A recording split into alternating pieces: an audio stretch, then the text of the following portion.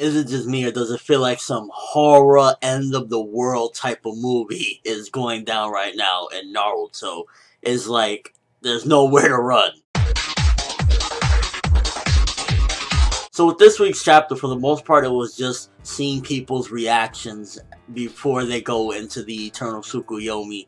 And it really feels like some sort of sick horror film, because just everyone is reacting and everyone is just scared, and slowly but surely everyone is getting sucked into it and turning into mindless zombies, basically dead there, looking at the sun, or looking at the moon, shall I say. I don't know, what do you want to call it, sun or moon, because it went from moon to sunshine.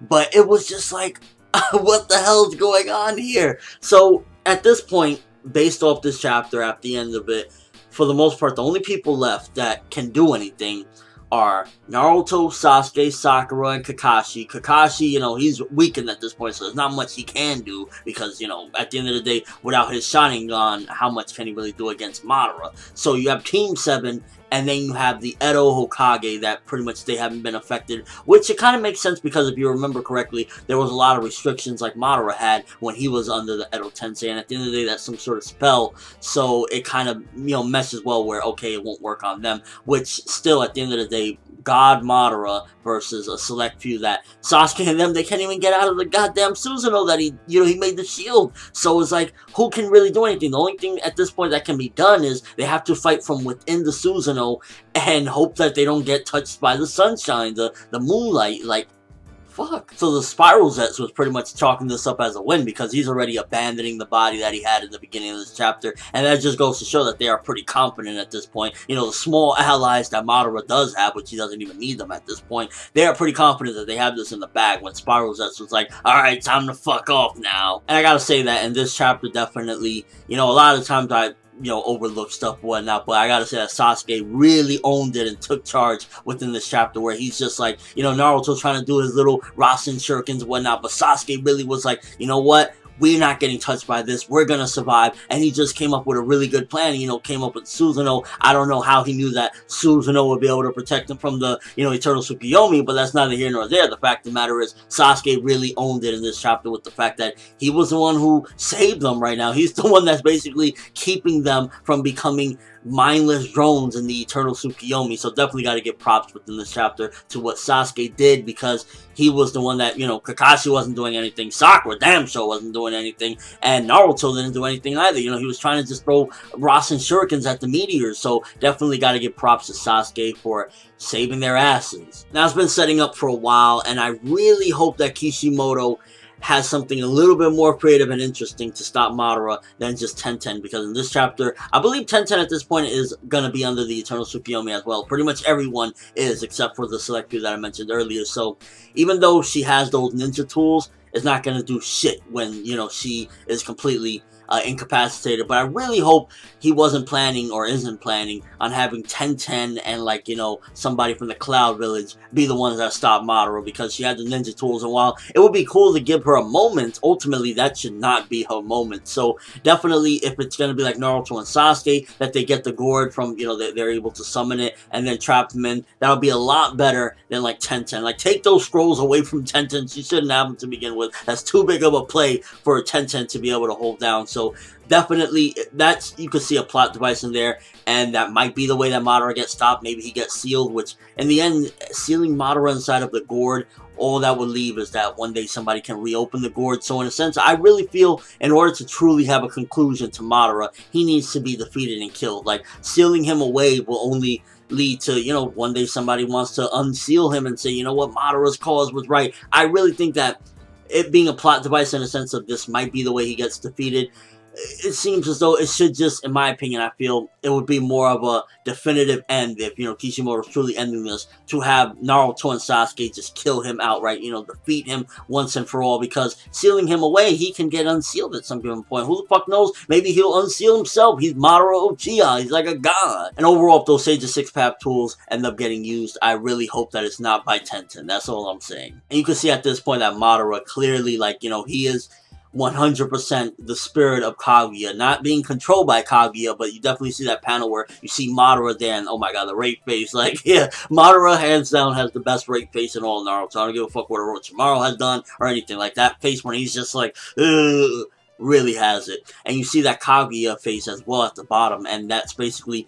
he at this point has amounted and has amassed all the power that she had when she was alive, and he has become basically Kaguya. And at this point it really is a struggle between mother and son once again, because that's the power of Kaguya versus the power of Hagoromo, which is interesting. I wish we would have got a little bit more backstory. Did Hagoromo and his mother have an encounter at some given point? Did they battle or something? Because she just plain out looked evil, and if she was evil and Hagoromo was good, then I would have liked a little bit more history of that as well when Hagoromo was around and he was talking to Naruto and Sasuke. I remember always thinking about the Eternal Tsukuyomi, and if, you know, this moon, whatever, went in the sky, what's to stop people from just closing their eyes or shutting the door and, you know, going inside the house and not getting affected? But the fact of the matter is, it turned into a sun at this point, and the sun rays is what's now basically making people go under this trance. And you see, like, even that little shot, and which was good because it gave clarification as to the intensity and how much of a threat this really is, where the people are even inside and they're getting transformed and put into the state of, you know, basically Eternal Tsukuyomi. So there is no escape from this at this point. The only way at this point, again, the 4 Edo Kages or 4 Edo Hokages and Team 7 are the only ones at this point that are around because of the Susanoo, and I guess their Edo Hokage state, you know, just being Edo Tenseis in general. They're unaffected because they're not necessarily alive, so I guess it really just doesn't affect them. I can't lie, I felt bad seeing Hinata getting wrapped up in the tree and saying, Naruto-kun. I mean, there really wasn't anything she could do, and it's a damn shame just to see, like, you know, some of these characters, like, to be honest with you, I felt a little bit weird seeing Orochimaru getting trapped in somebody else's genjutsu or anything for that matter. Obviously he's not as powerful, nowhere near Madara or anything, but it just felt a little awkward for me seeing Orochimaru, this one-time crazy threat, and now he's even under the spell of the Eternal Tsukuyomi, unless, you know, you never know with Orochimaru, maybe he abandoned that body and buried underground or something like that, but that really felt a little bit awkward, to be honest with you. And then at the very end of the chapter, we get full confirmation, finally, that it is indeed Yamato within the Spiral Zetsu,